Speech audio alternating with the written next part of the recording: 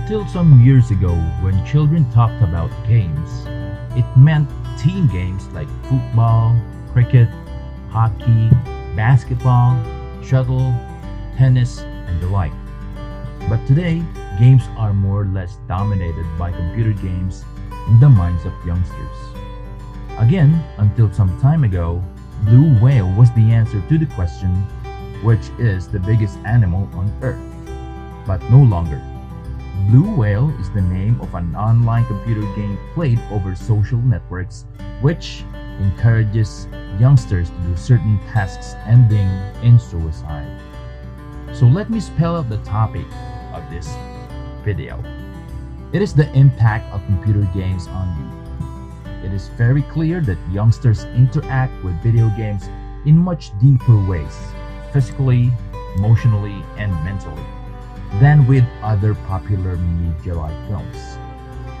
So first, let me focus on the benefits of computer games. Many claim that computer games improve coordination, attention, concentration, and problem-solving skills. It also enhances memory, helps in multitasking capability, and can also be used as excellent teaching tools. There are video games like building a city or helping others. These can help a youngster to be socially responsible and behave with care and concern for others. Computer games, some people say, help youngsters to get familiar with the online world. It allows them to become smart kids and builds perseverance in them, as many computer games have different levels which the gamer has to master. Quick thinking, fast analysis, intelligent use of resources and management, planning and strategy, and situational awareness are some of the other benefits that people highlight. Let us assume that these are all good.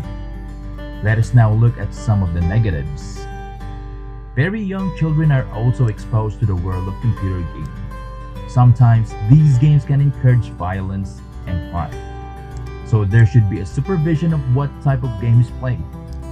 Secondly, the amount of time spent on computer games have to be limited.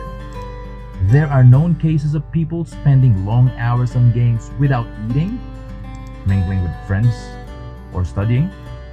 This affects health as well as the person's ability to interact with other people face to face.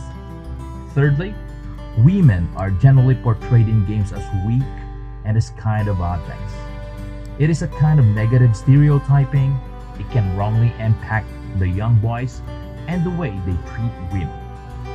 Again, there are studies which show that video games can lead to aggressive behavior because of constantly playing games which require the gamer to take part in violence. Another difficulty with video games is that parents rarely spend time with their children, trying to find out what games they play. So parents lose the chance of bonding with their children, they lose the chance to spend quality time with their kids, and of course they lose the chance to understand what type of behavior change is occurring in their children because of the video games they play. Finally, there's the danger of not differentiating between the real world and the fantasy world. Unless the youngsters are taught between the differences in the gaming world and the real world, there can be moments of confusion and disappointment. To conclude that, by saying that we cannot forget the fact video games and gaming have become multi-billion-dollar industry, it might easily be the fastest growing entertainment in the world today. The high quality of graphics giving a greater sense of virtual reality is drawing people more and more into a different world far removed from the real one. And it is impacting youngsters in a big way. Only time will tell of how the life of youth changed with video games dominating their play, study, thinking, and relationships.